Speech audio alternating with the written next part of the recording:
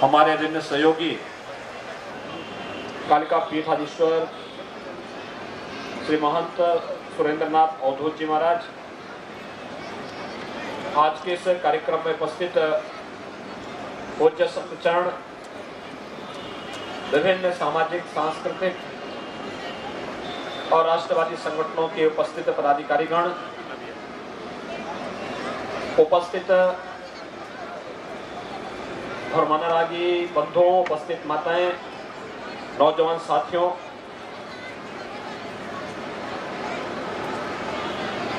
हम सब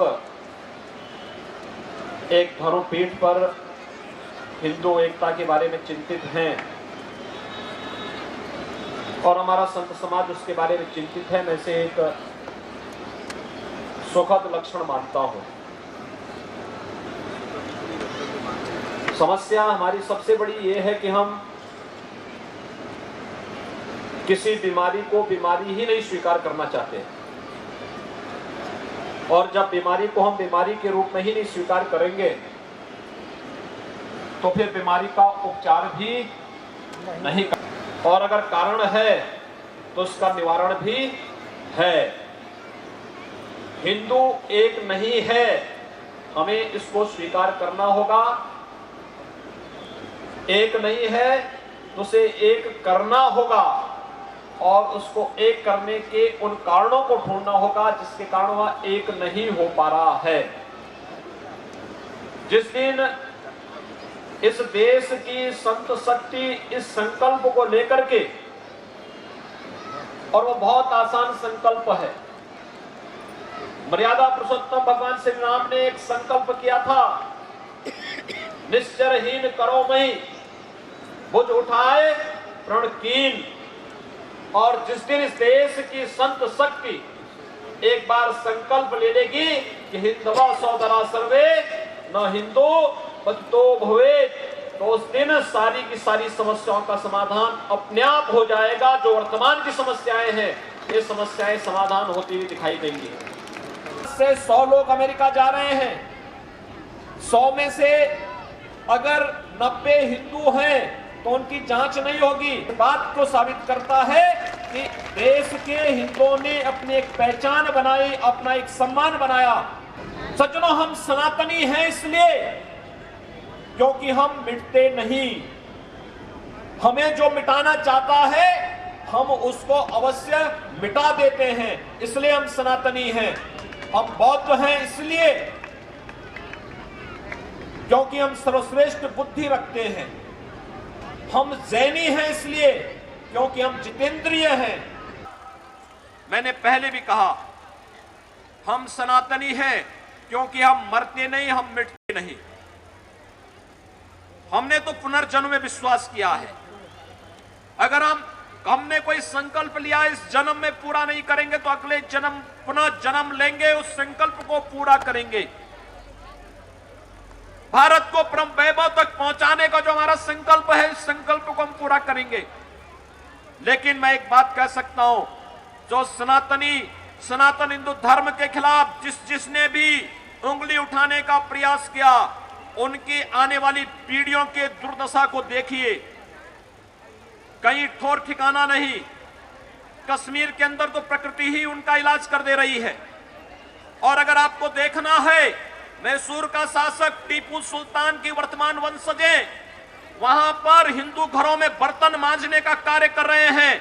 और अगर बहादुर शाह जफर की वर्तमान संतानों को देखना है तो कलकत्ता के अंदर रिक्शा चलाने का कार्य कर रहे हैं। याद रखना, जो भी सनातन हिंदू धर्म पर प्रहार करने का प्रयास करेगा, उसको किसी हिंदू के घर में बर्तन मांजने या फिर कहीं रिक्शा चलाने के लिए मजबूर होना ही पड़ेगा। इस विश्वास के साथ मैं आप सबका आह्वान करूंगा, हम सनातन हिंदू धर्म के लिए एक सकारात्मक सोच के साथ कार्य करें। यह भारत माता है। आचार्य धर्मेंद्र जी महाराज ने ठीक कहा, यह हमारे लिए साक्षात जगत जननी है। इस साक्षात जगत जननी मां भगवती को हम मां कालिके के रूप में देखें। यह हमारे लिए मां कालिके है, हमारे लिए मां दुर्गा है, मां चामुंडा है। इसको हम किसी भी रूप में ले और इस भारत माता के प्रति अपनी राष्ट्रीय उत्तरदायित्व का निर्वहन करने का संकल्प लेकर के जब हम कार्य करना प्रारंभ करेंगे, दुनिया की कोई ताकत आपका बाल बांका नहीं कर पाएगी। और मैं धन्यवाद दूंगा, अगर भारत की संत शक्ति इस दिशा में प्रयास कर ले, बहुत कुछ हो सकता है। मैं बार बार कहता हूं, इस देश के अंदर 623 जिले हैं।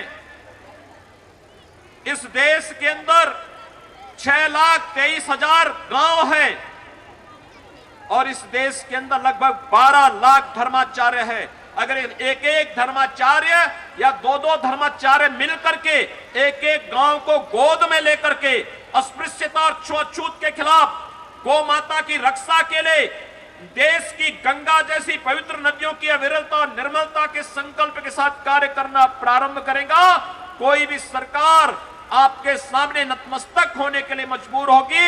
इस विश्वास के साथ मैं धन्यवाद दूंगा कालिका पीठाधीश्वर श्री महंत सुरेंद्र नाथ अवधूत जी को, जो कम से कम प्रयास तो करते हैं।